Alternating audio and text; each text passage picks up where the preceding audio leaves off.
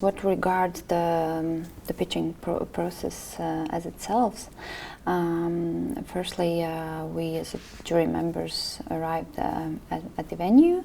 We were introduced with criteria. The criteria were sent beforehand to us, but we shortly discussed the criteria. And then the pitches went on. Every pitcher had several minutes to pitch their ideas. Then we had several minutes to ask questions. Timing is very crucial for such an event because, of course, there were many startups that pitched their ideas, so you have to go in line with the time. Every pitcher did their pitch. We asked them questions. And afterwards, we gathered with the jury in different room to discuss everything, because we did not discuss during the pitches nothing. We just made our notes, what was interesting or some interesting aspects regarding specific pitcher. And then there was this discussion part to select the winner. The discussion part, if I remember correctly, was some 30 to 40 minutes. It usually is that. Also for the jury members, you cannot give. You cannot say for the jury members, take as long time as you need to decide on the winner, because we can speak for hours, and because usually if the jury members come from different fields and have different professional backgrounds, then mostly each member has their own favorite startup that are different.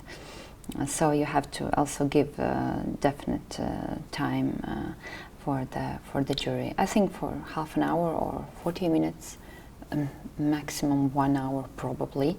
If the startups are quite many, the number of startups, you have to give the time. And then we went back and announced the first 3 places. And of course, and also the winner. And we also gave some short feedback or hint why this startup was the best and what we liked the most, or if we can say that we liked the most, what was the key element why we chose this startup to be the winner.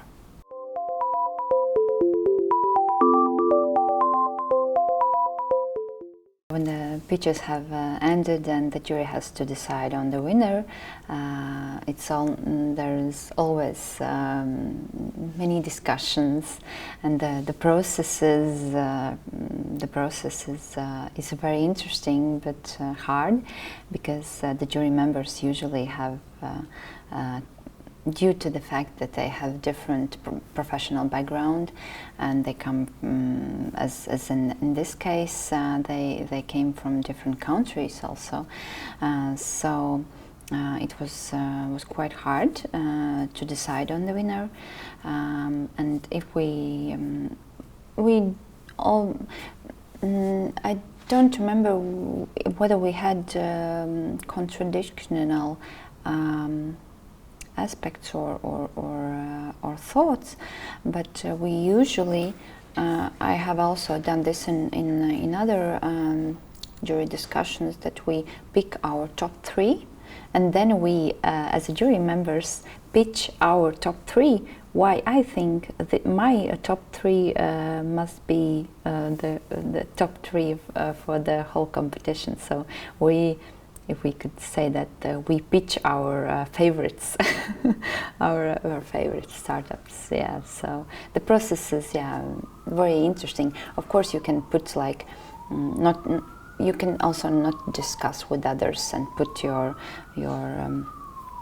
your marks and your points for each of the startups, and then gather it all together and then just count the points each startup got from the jury member, and by this process to pick the winner. It's also a good approach. So yeah, but this discussion approach is always, of course, more takes more time, but I think is more interesting.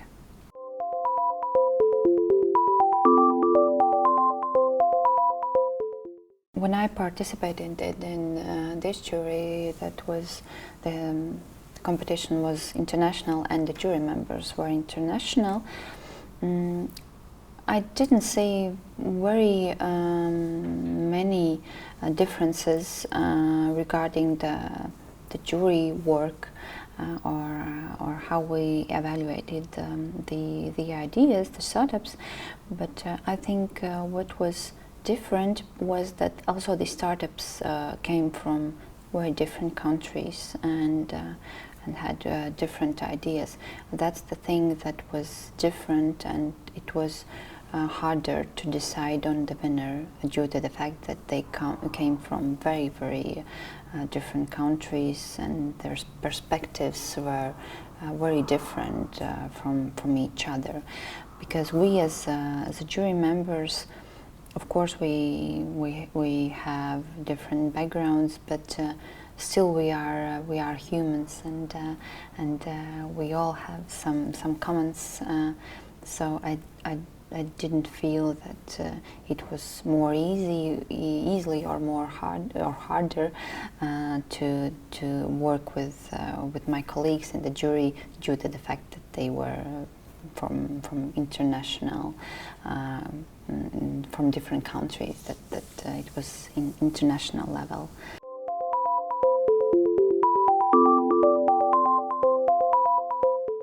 To make sure that the evaluation process is transparent, firstly, the organizers must clearly explain the criteria which are set for the competition, and then it's very also crucial for jury members to agree finally at the winner, not to like go out of the room when we have decided on the winner and still like think, oh, I still think my startup or my favorite was best. This winner is not the best one.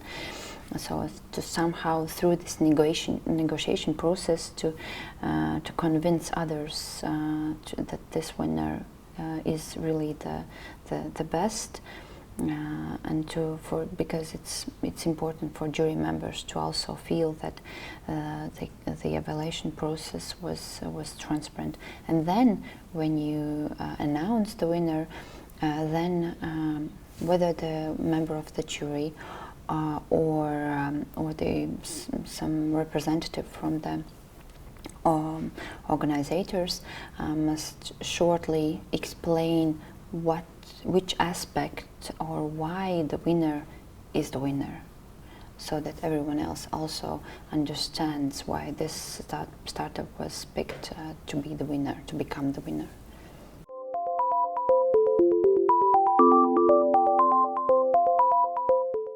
If I could give some advice for the organizers, how to pick the jury members, it's always it's also, I don't know which approach is best, to choose as much different jury members as possible, or to select jury members that have something in common. I think that jury members must have at least one thing in common: previous experience in working with startups. It doesn't mean that you have to that you have to have previous experience in consulting the startups or investing in the startups. It also means that you have to have interest in the startup field, and you have to have the experience, like probably also hearing some startup pitches, or maybe you have had some, I don't know, experience working with startup or supporting some startup, or investing in some startup, because that is one thing that you must have in common for these jury members. I think it would be very strange if a jury member was I don't know, some representative from governmental institution which doesn't work with entrepreneurs or startups. Then this one thing. But as to the other things, that I think it's just a willingness of the jury members to work as a jury member, to listen to the startup pitches. The motivation for them to be there. That must be taken into account.